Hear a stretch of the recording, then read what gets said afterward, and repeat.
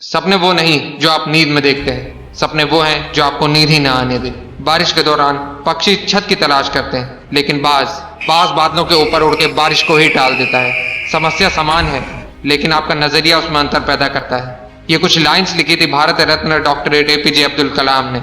आज की इस वीडियो में मैं आपको कलाम सर की कुछ ऐसे किस्से सुनाने वाला हूँ, जिससे सुन के दोस्त तेरे सोचने का नजरिया बदल जाएगा और तुम अपने अंदर एक नई एनर्जी फील करोगे।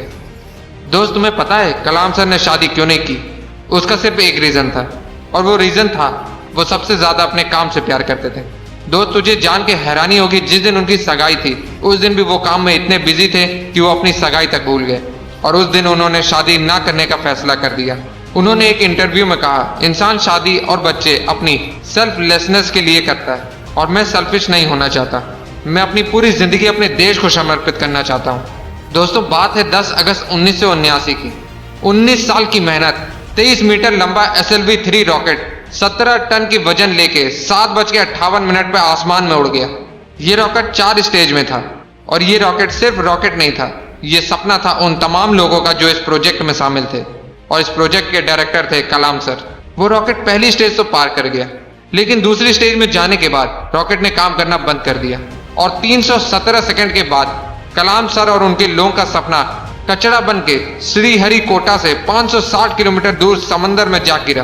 दोस्त, क्या हालत हुई होगी उस वक्त कलाम सर और उन बाकी सारे साथियों की, जब उन्होंने 19 साल की मेहनत, उनका सपना कुछ ही सेकंड में समुद्र में कचरा बन के बिखर गया।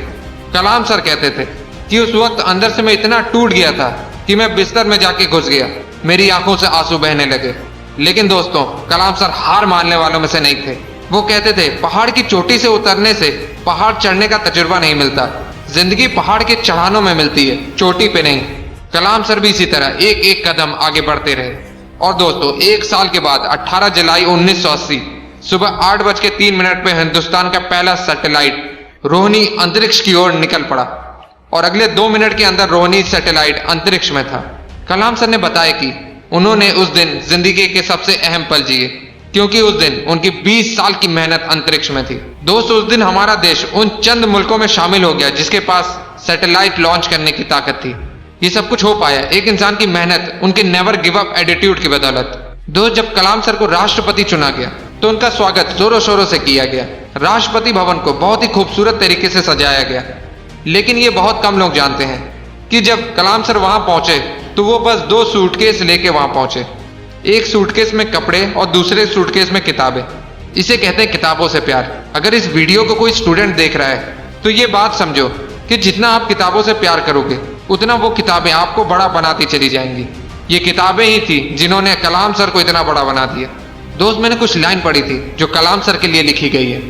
हा बंदा इस्लाम का, पर वो कभी नहीं ऐठा करता था, जब भी चाहा संतों के चरणों में बैठा करता था। दोस्तों, कलाम सर ने कुछ बातें ऐसी कही थी जिसे अपने जीवन में हमेशा हमेशा के लिए उतार लेनी चाहिए। उन्होंने कहा था, कोई भी शख्स कितना भी छोटा हो, उसे हौसला नहीं छोड़ना चाहिए। मुश्किलें जिंदगी का हिस्सा है और तकलीफ कामयाबी की सच्चाई।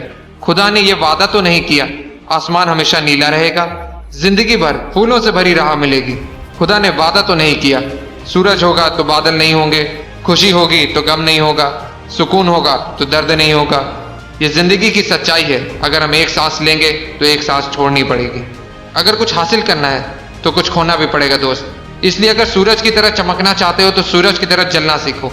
दोस्त, कलाम सर ने तो कर दिखाया, इसलिए आज भी हम कलाम सर के बारे में बात कर रहे हैं। अगर तेरे अंदर भी वो आगे कुछ कर दिखाने की, तो कसम खा तू अपने सपने को पाने के लिए हर हद पार करने के लिए तैयार है। और अपने सपनों को मोटिवेशनल फ्लाइट देने के लिए चैनल को सब्सक्राइब कर लेना। जय हिंद, जय भारत।